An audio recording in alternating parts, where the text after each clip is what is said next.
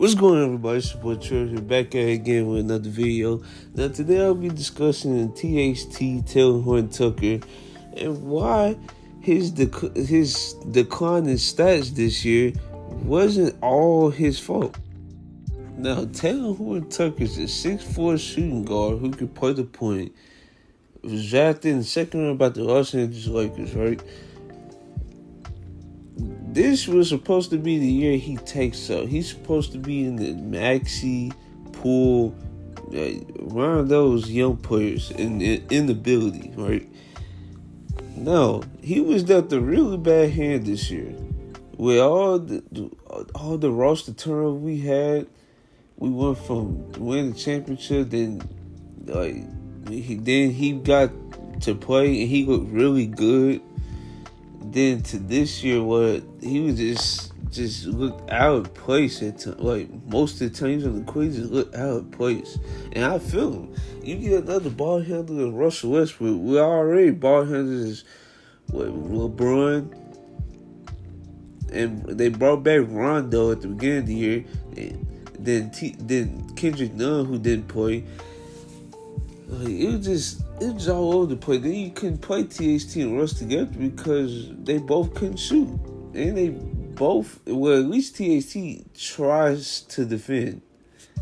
And yeah, the defense was also bad. His off-ball awareness on defense is not good. It was just a clunky fit. Now his skill set and ability didn't go nowhere. If anything, if he adds the flow in mid-range, he'd be even better. It didn't go nowhere. It's just the lack of opportunities that presented itself didn't help him. All those creative finishes, they still there. He needs the ball. No. With the new roster and them talking about like Taylor Horn Tucker's like the outside looking in right now, that is wild if you think about it. Like THT is 21 years old and he's getting paid.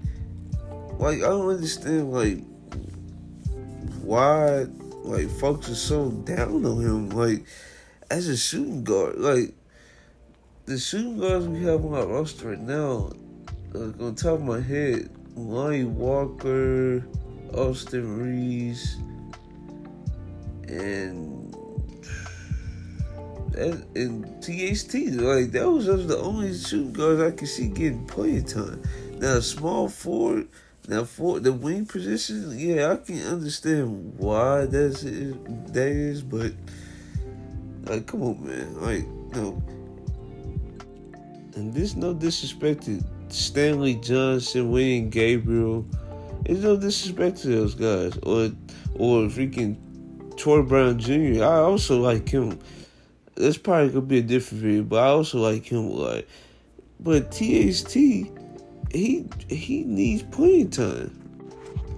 Now last year they said THT was gonna be on the opposing team's best players. I mean, from the data, it says just that. He was 80th percentile in matchup difficulty and 94th in positional versatility. So yeah, he was used a great bit on defense, especially with all the guards we had: Bradley, Reeves, Malik Monk. We just had too many guards, no wings.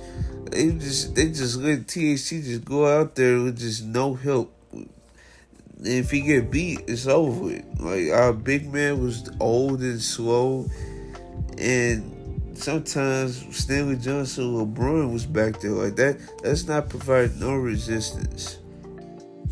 And I almost forgot to bring up THT wingspan. His wingspan, you cannot teach that. 7-foot wingspan for a 6'4" guard is amazing, bro. I think him and Lonnie Walker, for their size, have great wingspan. It's just THT right now, is using his wingspan to his advantage to a degree, I might add. Now his turnover rate, it did go up. It did, but that's situational. Sometimes he get the ball late in the car and he have to make a quick move. No, his passing metrics though, he get A+ passing versatility and A- overall playmaking talent, which means that taking account scoring gravity, passing versatility. They take into account all that. So he's a good passer. And I saw something that he's a top 10 second ball handler. Like that's good. But just imagine if somehow we could just get off Russ and we get let's say the Indiana deal. Instead, if we can't get Kyrie, we get the Indiana deal. There's still a place for THT to do ball handling work. I don't understand why people trying to force him in trades. Like, I saw when they said Patrick Beverly for THT. Like I understand we in win now mode. I understand that, but that's not the move I'm a fan of though. Like, if you talking about trying to bring it every night, yeah, he would bring it every night, but he also would get careless at times. I'm talking about Patrick Beverly right now.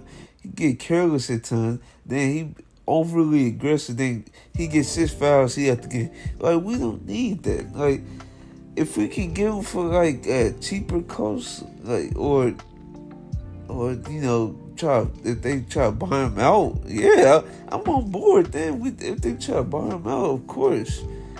But I don't know. I'm not personally. I'm not a fan of the move. The impact metrics say otherwise.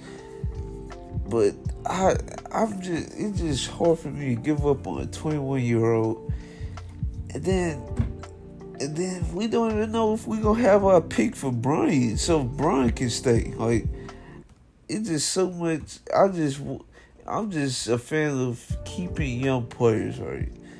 Especially, we already know what's LeBron's intentions, right? Intentions on playing with his son. Why not keep the 21-year-old who's learning and growing in a championship environment? He gonna know how to win, and he gonna have more ball handling responsibilities with a great coach.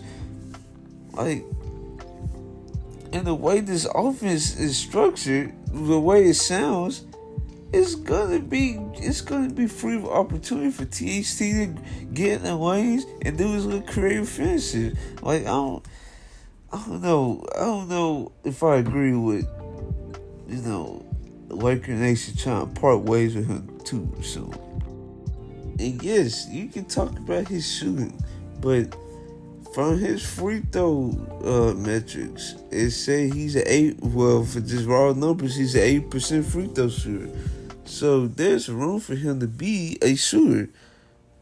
It can't be a great shooter. I don't know about that. Not now. We don't know. But if he could, it's just certain aspects of his game, like, he still needs to be a better off-ball defender. Yes, it's we all know that. He needs to be a better shooter. Yes, we all know that. If he asks the floor, I'm going to keep emphasizing this. If he asks the floor, boom, his offensive impact goes up right there. Big man going to have to step up on that. And I've seen him a couple times. He can do up and under. Like, he got the footwork to move. It just, he needs the opportunity.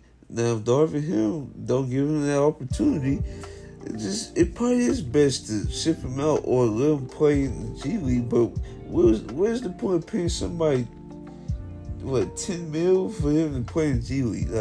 Like no, that don't make no sense, right?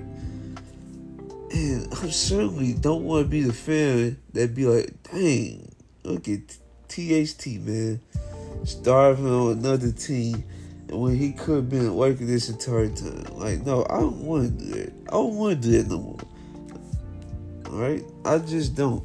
I just hope we can make it work in LA. Hopefully he stays after the contract and we go from there. But that's just my thoughts. Let me know what y'all guys think in the comment section.